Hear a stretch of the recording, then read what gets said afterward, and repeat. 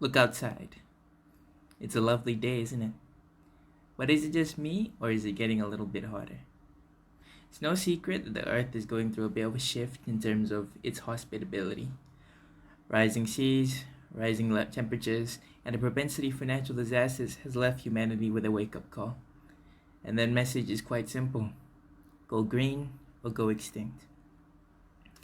The call to arms has certainly been heard by the younger generations.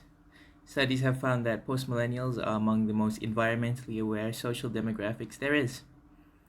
They've been shown to be more concerned regarding the future of the planet compared to previous generations and are front running the adoption of green practices such as ethical consumerism.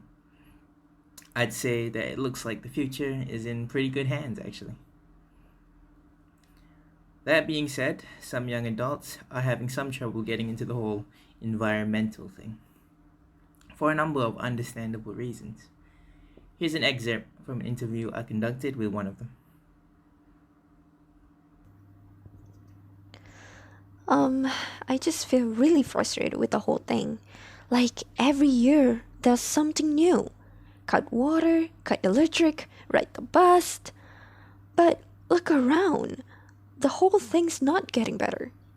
I feel quite angry, actually, because they keep telling us what to do. NGOs and activists. But who's actually responsible for all of this, right?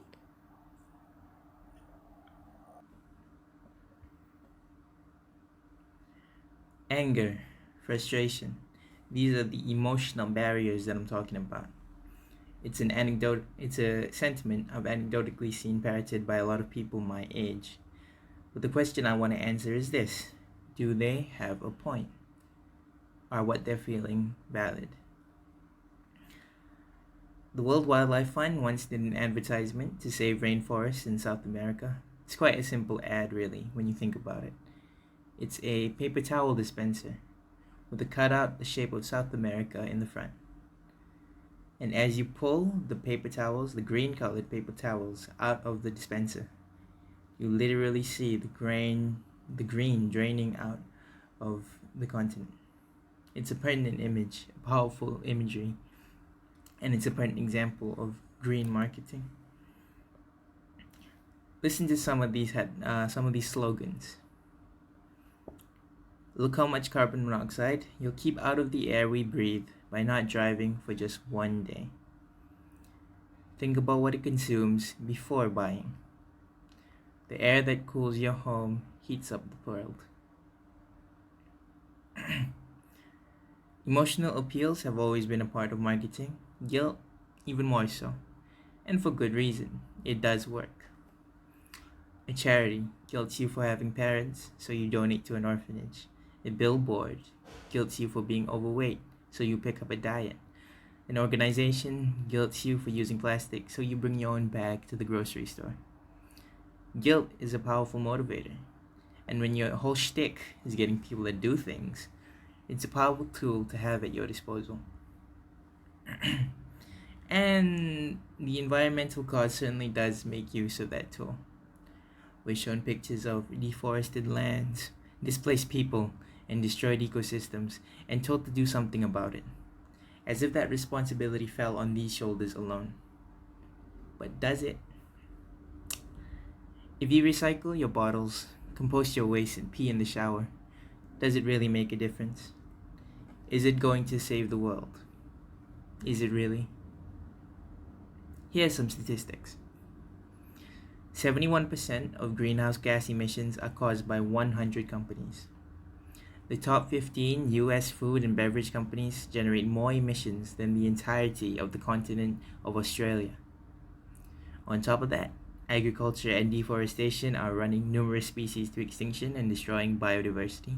In the 50 years since 1970, humanity has destroyed 60% of the mammal, fish, and reptile population.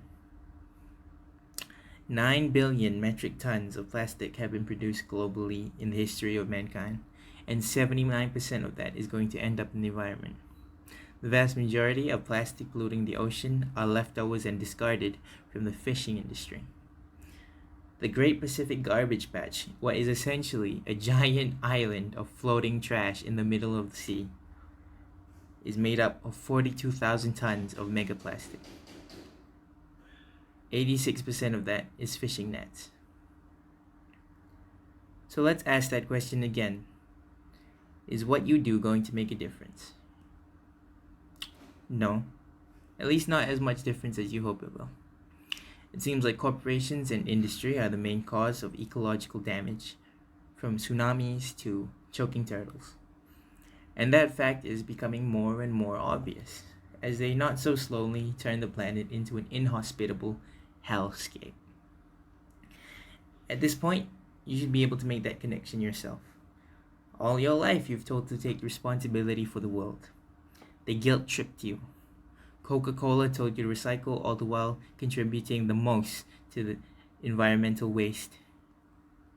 They told you to ride a bike and cut the lights, all the while their factories bellowed out black smoke into the air. They shifted the responsibility to you, all the while being the biggest cause of the problem. I think it's understandable then when the guilt from all that advertising turns into frustration. When that guilt turns into indignation even, I think it's perfectly reasonable to recoil against being blamed when something isn't your fault. At least not entirely your fault. So I find it easy to empathize with the people who are angry and are frustrated that the focus of the ecological movement seems to be on the individual and not the industrial. I'll end this episode with an excerpt from a post by a user of an anonymous forum titled, "I'm tired of being blamed for climate change as a consumer." This has turned more into a rant perhaps than an opinion, but it truly does anger me.